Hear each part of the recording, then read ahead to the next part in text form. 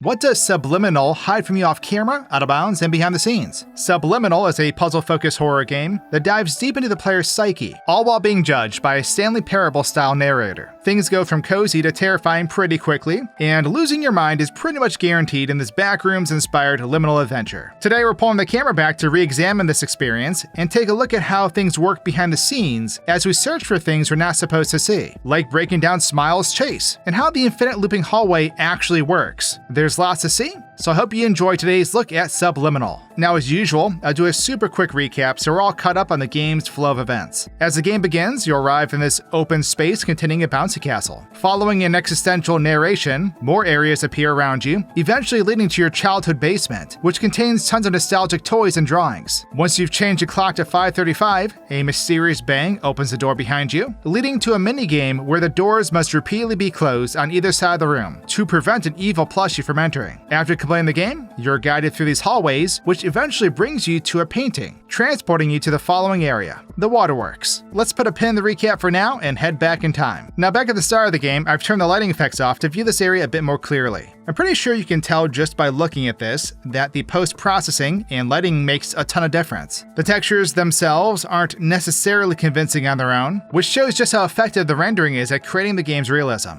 As for the map itself, the bouncy castle is isolated by a circular barrier that prevents you from seeing the other areas. You can't walk through this barrier either, but when viewing the zone from beyond it, you can see the other areas are already here and loaded in. This location is spooky with the lights off, but from here you can see it's several layers of animated water textures and ground, with 3 small structures on top. If you look beneath this area, you can also see the next place is preloaded by this point. The basement section is already populated and waiting for the player to finish the intro, so you can then be warped below in order to continue. When I finally enter the basement, I noticed the TV frame that appears during the transition still has the post-processing effects enabled, which created a spooky contrast between these areas. I went ahead and moved the camera out of bounds so we can see the area in its entirety, and this is what it looks like. I don't know what kind of house Caleb lived in, but this is one heck of a furnished basement. There's a laundry room, several hallways with storage closets, and the small recreation area with the TV. Something consistent between levels is this giant square platform outside the play area. It's half the size of the entire region, and it doesn't serve any purpose as far as I can tell. So it could just be a piece of leftover whiteboxing for all we know.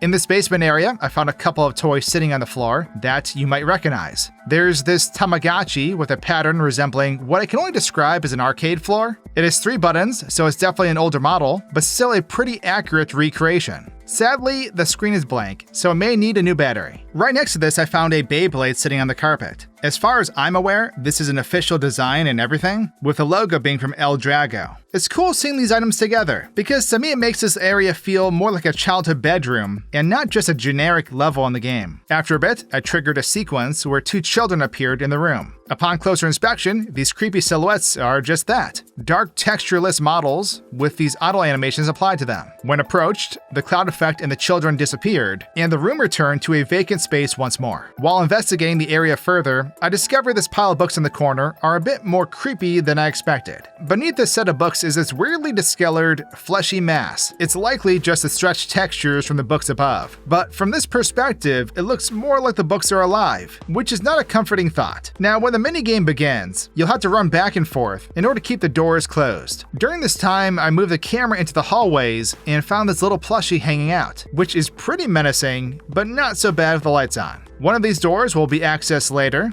but the other doesn't lead anywhere at all, so it's mostly unfinished when viewed up close. Other than the little plushie, there's nothing taking place outside the doors when the knocking happens. As you leave this area through the hallways, there are tons of doors you can't access on the way. The majority of these doors don't lead to anything, but in some cases the door will close when you approach to redirect you forward. In this case, there's an entire laundry room here at the end, but you can't even step inside because the game pulls you back. In a similar fashion, there's this corridor ahead that's blocked by a chair, and slipping past it lets me continue to this TV room. Once again, I was pushed away, but that's when I noticed there are actually 2 rooms containing this painting. I thought only one of these paintings existed in this space, but 2 of these identical hallways exist in the same general area. When we stare at the painting, we'll be warped into the following map as the Waterworks loads in. Now, in the Waterworks, you'll climb up these staircases which lead to an inner tube slide. After having a whimsical time, things start getting gloomy again, so you'll spray the sadness away with these water cannons. After another raft ride, you'll end up in the maintenance area. Once you've obtained a flashlight, you'll dive deeper into the tunnels, which eventually presents you with an infinitely looping hallway. You'll snap yourself out of it by pulling the fire alarm, giving you access to the Playplace. You'll grab Walter, a friendly-looking balloon who helps you unlock the door further ahead, and then solve another puzzle with the lights. Generators are needed to continue in the Playplace, giving me security breach vibes, and leading to what may be the most frustrating minigame of all time. I'm starting to think Queso may have had a point in this one. Smile appears once completed, and a chase ensues, leading you through a series of caves and eventually down a slide to safety. Now, jumping back to Waterworks, I move the camera back to see the map as a whole.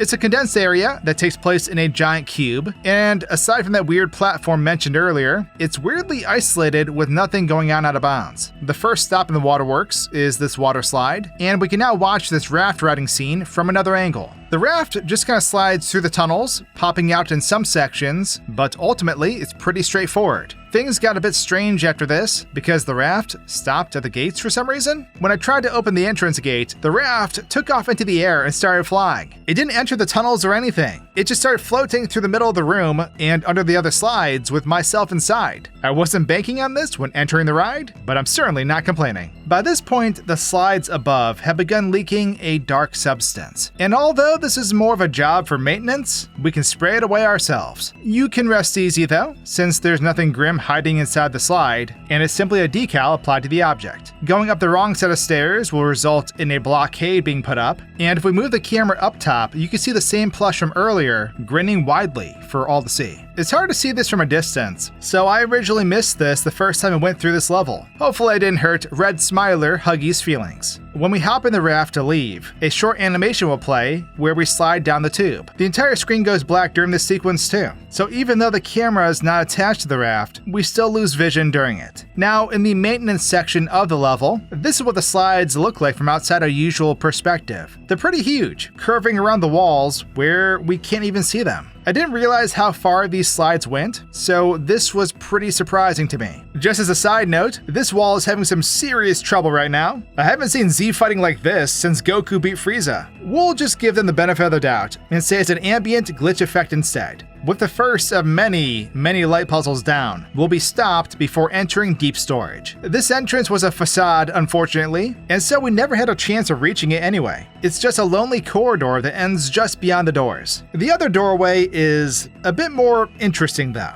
At this point in the game, you'll come to a memory loop in the maintenance tunnels. This is an infinitely looping set of doorways that will always lead you to the same exact spot. But how does it work from a developer's point of view? Well, from another angle, you can see this set of hallways has been isolated from the rest of the level and is floating on its own. Every time you attempt to enter the locked door, a copy of the same passageway will load in and continue the cycle. This can be done infinitely, creating a hallway that you could technically loop inside of for hours without making any progress. Things didn't exactly go as planned though, and while exploring this bizarre spot, I somehow clipped into the wrong location. I managed to enter the previous room and got stuck, mostly because the doorways broke and one of them even vanished. I tried to parkour my way back, but I fell into an endless pit instead. After respawning, things were still broken too, and I had to pull the fire alarm twice in order to move forward. As we head towards the Playplace, Walter is needed to unlock the door. There's nothing super interesting about this, only that the moving floor is really a mile-long highway. It reaches crazy far out of bounds, and I had no idea this was waiting on the other side of the wall. I hope he feels appreciated, because we just put in some crazy legwork to reach Walter. Now entering the Playplace, there isn't much going on for this puzzle initially, but I did find this strange door in the back of the room. I'm not sure if this ties into one of the game's other routes, but I couldn't find any way to access this door naturally. There's no way in or out of this cubby at the moment, so I'm honestly not sure if it serves a purpose or if it's strictly cosmetic. Let's take a look at the monster's first appearance now. So after an incredibly frustrating minigame, you'll turn your head to spot Smile creeping through the jungle gym. The creature appears instantly, clipping through the entrance and then teleporting a short distance. After a moment, they'll warp to the bottom of the play area inside these cubes, snatching me up for a jump scare. This enemy doesn't look quite right because the post-processing effects are disabled, but we'll fix that a bit later for a better look. After reaching the end of the chase, I went down the slide to reach safety, and at this moment, Smile froze in place. They kept running without getting anywhere, and so I warped into this part of the Playplace to see what would happen. I was able to run right through them, walking back through this part of the chase while completely safe. It was weird because I could take the slide again, despite it not being there at all. I climbed back up and pressed forward, but with no such luck on our way out. I fell straight into the void below because the slide on this end was no longer present. Continuing forward, you'll catch another glimpse of Smile while rounding this corner, entering yet another endless hallway. This time you'll break the loop by repeatedly entering this door, but things get a bit spooky as you do. This leads to the bounce house, where another chase with Smile takes place. After delving further into Caleb's psyche, you'll be jump scared by Smile in this doorway, dropping them down into a pit below. Eventually you'll arrive at this massive red cavern, engaging in one last chase with Smile. You have to carefully jump across these conveyor belts, eventually arriving at the exit, where a massive Smile appears to block your path, ending the game as Caleb is knocked down by fallen debris. Now, jumping back a bit, I wanted to know what happens when using the flashlight to interact with the map around Caleb. The map will change slightly when turning the light on and off, and you can see from out of bounds that this giant hole in the floor appears and disappears each time. This is pretty consistent throughout the game, and you can't typically see it because the screen is blocked as it takes place. A bit further into the level, we'll spot Smile here by this pathway, and we can now take a closer look at them with the lights enabled. Once again, this game looks really good, and so the monster is way too lifelike for my comfort. They have a grayish color with an almost slimy appearance. They've got a massive gaping jaw lined with teeth, and you can clearly see why Smile is a fitting name. When you walk close, they'll reach forward towards you, just to vanish a second after, which is honestly a bit jarring. Now, right after this, you'll cross a super long hallway that I thought was looping at first. It turns out I was wrong, and this hallway is just super long. It's timed perfectly so that, as long as you keep moving forward, the narration will finish as you reach the end. The next section we'll run into is, however, an endlessly looping sequence. Similar to the maintenance halls, you'll get stuck in a memory loop here, and so this area will duplicate as many times as you try to move through it. As you head through the door on the right, a slightly more grim space with red lights will begin to appear instead, eventually allowing you to continue through the door at the end. This leads to a gargantuan slide, but it's broken up into two segments. When sliding down, you pop out into this larger section not far from the start. Next, you'll head down this massive slide that takes ages to reach the bottom. And from another perspective, it's quite literally a huge slide. It stretches way out into the sky, eventually leading down to the warehouse area at the bottom. It's crazy how large this slide is, and it makes sense why the ride down feels so lengthy. Before long, you'll reach a hallway where Smile stares at you from this corner. It's creepy during a regular playthrough, but it's nowhere near as serious from a different perspective. The pose they wait in is hilarious, almost like a kid playing hide and seek and waiting to be found. After running off screen, they'll slip through the floor and into the void, but they aren't done just yet. As you get close, Smile moves into the map again to grab their pal Teddy. While this takes place, the nightmarish beast is sort of just squatting down and reaching around the bend. Smile then slides away awkwardly, teleporting out of bounds once again. Glorious. The next time we meet our grinning friend, it's at what appears to be a dead end in the bouncy tunnels. It appears that there's no way out of this situation, but as you grab the key card on the floor, a new path appears behind you, loading in at the same time as Smile. On the way to safety, you'll pass through this messy storage space where Smile appears behind you yet again. When we turn the corner, they warp at the other end of this tight space and begin the pursuit, walking through this shadowy barrier on their way to the player. The storage racks fall on top of them, which gives you a momentarily reprieve, but that quickly fades. Smile eventually breaks free from this temporary snag, and after escaping through this door, you can hear banging and slamming on the other side. On the opposite end, you'll find no monster as I'd first expected,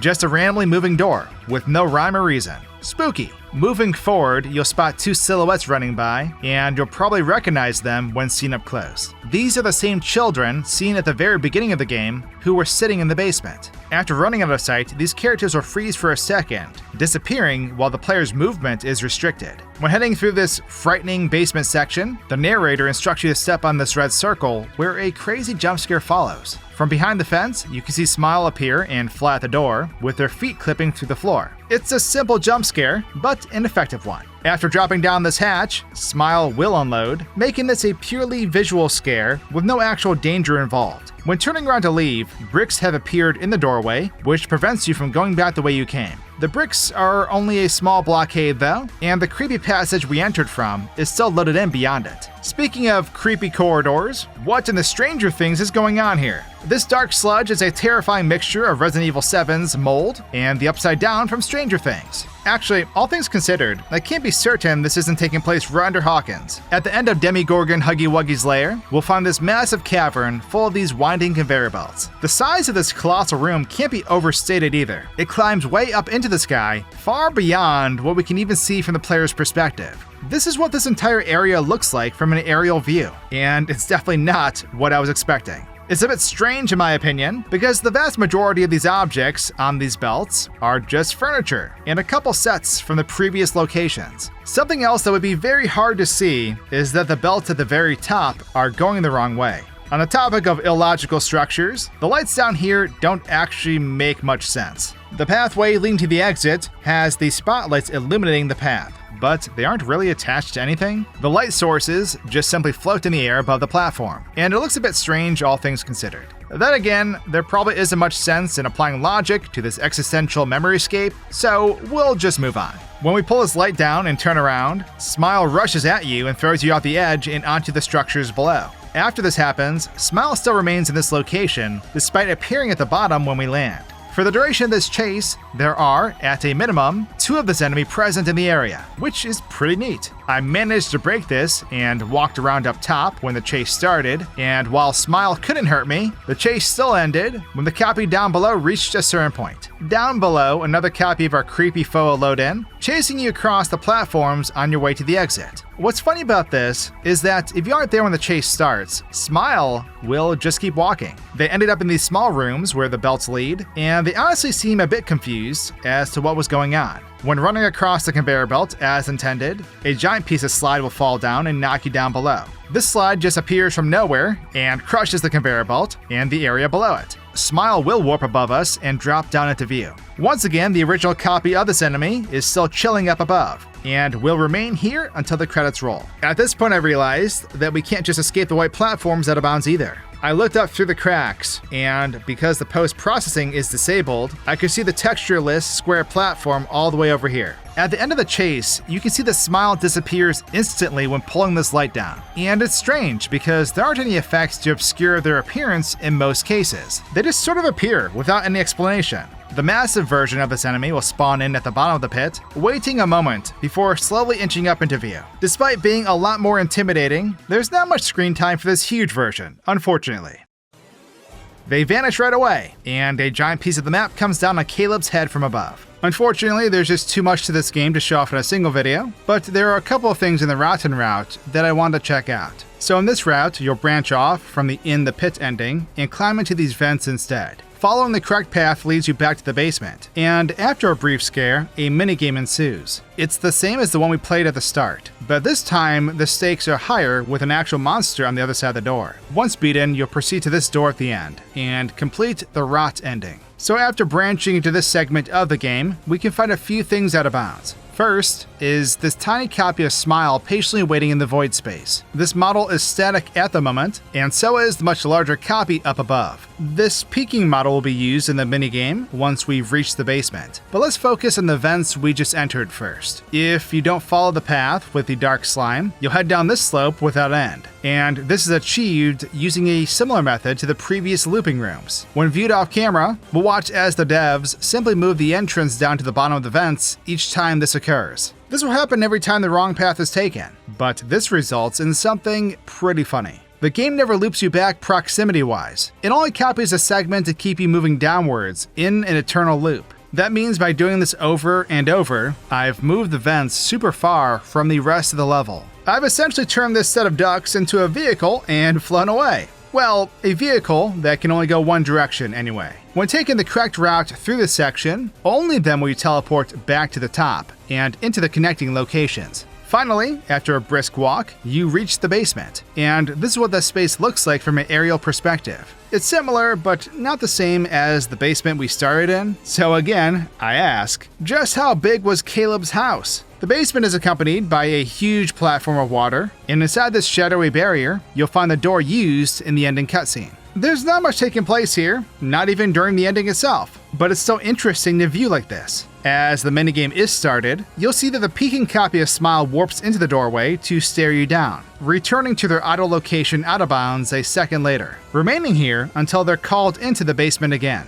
This same model is used each time they appear, and if we turn the light on at the wrong time, it turns the corner and sprints at you in a pretty frightening jump scare. After this short animation, the minigame resets once Smile disappears, and you have to start over from the very beginning. And with that, that's everything I found off camera and behind the scenes in Subliminal. I hope you enjoyed today's game-breaking video. Subscribe if you did, and I'll see you all very soon. Cheers!